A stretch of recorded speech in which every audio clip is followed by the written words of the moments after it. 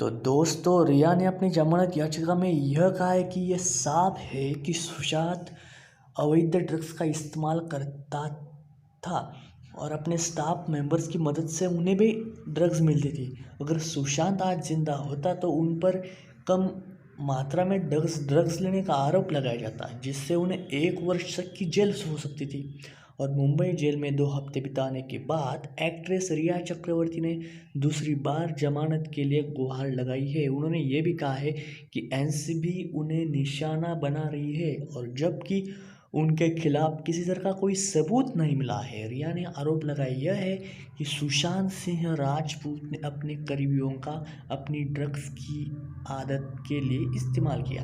अब रिया चक्रवर्ती और उनके भाई शौविक की जमानत की अर्जी पर मुंबई हाईकोर्ट कल विचार करेगी, जबकि मुंबई में भारी बारिश के चलते इसे 1 दिन के लिए टाल दिया गया है। और बारिश के चलते इसे 1 दिन के लिए टाला गया है। तो रिया ने अपनी जमानत याचिका में यह कहा है, यह साफ कहा है कि सुशांत अवैध ड्रग्स का इस्तेमाल करते थे और अपने स्टाफ मेंबर्स की मदद से उन्हें ये ड्रग्स मिलती थी। और रिया ने यह भी कहा है कि ये बेहद अजीब है कि जहां ड्रग्स लेने वाले को सिर्फ 1 साल ही की सज़ा होती है, वही कुछ मौक़ों पर ड्रग्स के लिए भुगतान करने पर उन्हें 20 साल तक की सज़ा हो सकती है। रिया ने कहा है कि सुशांत ने उन्हें, उनके भाई और अपने घर के स्टाफ का इस्तेमाल किया ताकि वो अपनी ड्रग्स की लत को बनाए रखें और उन्होंने सुनिश्चित किया कि वे किसी तरह का कोई सबूत न छोड़ेंगे। रिया ने कहा कि पब्लिक डोमेन में मौजूद जानकारी के अनुसार सुशांत ने अपनी मौत से 3 दिन पहले भी कुक नीरज को गांजा के जॉइंट बनाने को बोला था और उसे बेडरूम में रखने को कहा था।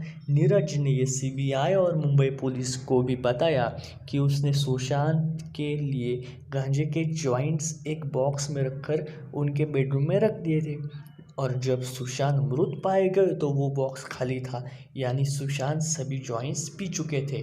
इस जमानत की एप्लीकेशन में रिया ने सुशांत के परिवार पर भी कई आरोप लगाए हैं। इस एप्लीकेशन में लिखा था कि सुशांत को अपने दोस्त के साथ रहना अच्छा लगता है। सुशांत के साथ शर्मा, सिद्धार्थ पिठानी, सैम हिमांशु और कई बार उनकी बहन प्रियंका और सिद्धार्थ भी साथ रहा करते थे। रिया के मुताबिक सुशांत अमेरिकन टीवी शो एटुरांच से काफ़ी प्रभावित थे और इस शो में भी परिवार और दोस्तों के साथ रहने का कॉन्सेप्ट दिखाया गया था। सुशांत अपने इन दोस्तों के साथ रहना पसंद करते थे क्योंकि इन सभी की दिलचस्पी भी एस्ट्रोनॉमी, ग्लोबल वॉरफेयर और आर्टिफिशियल इंटेलिजेंस में भी थी। तो रिया ने ये भी लिखा है कि वे सुशांत की सिगरेट में गांजा भरने वाली आदत से थोड़े परेशान भी थी।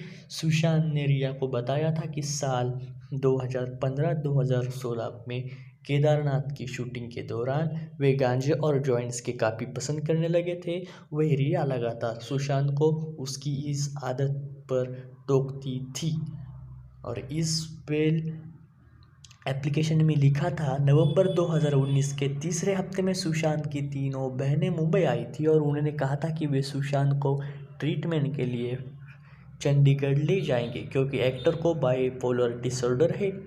तो रिया इस बात से खुश थी कि सुशांत का परिवार उनके स्वास्थ्य में दिलचस्पी रख रहा है। तो हालांकि 26 नवंबर को सुशांत ने रिया को फ़ोन किया और कहा था कि वह अपनी बहनों के साथ चंडीगढ़ नहीं जाना चाहते हैं क्योंकि सुशांत को लगा कि उनकी बहनें उनके पैसों के पीछे है। उसी रात सुशांत की तीनों बहनें उसे अकेले छोड़कर चली गई। सुशांत उसी समय काफ़ी डिप्रेशन में था और वो इस घटना के बाद 3 हफ्तों तक रिया के घर पर ही रहे थे और इस दौरान सुशांत ने रिया को ये भी कहा था कि वो प्रॉपर ट्रीटमेंट के लिए अस्पताल में एडमिट होना चाहते थे और इसलिए सुशांत को हिंदुजा अस्पताल में 4 दिनों के लिए भर्ती कराया गया था। और सुशांत इसके अलावा आयुर्वेदिक ऑप्शन को भी अपनी बीमार के लिए देख रहे थे।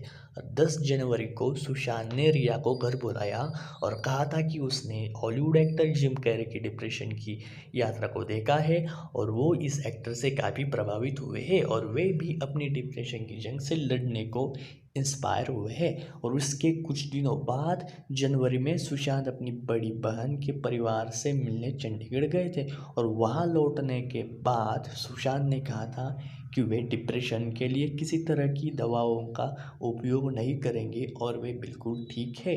और इस एप्लीकेशन में भी उसने ये भी लिखा था कि लॉकडाउन के चलते सुशांत के मानसिक हालात ख़राब होने लगे और इसके अलावा डॉक्टर के ऋषि चावड़ा चाहते थे कि सुशांत अपनी ड्रग्स की आदत को छोड़ दे ताकि उनकी ट्रीटमेंट में कोई व्यवधान पैदा न हो।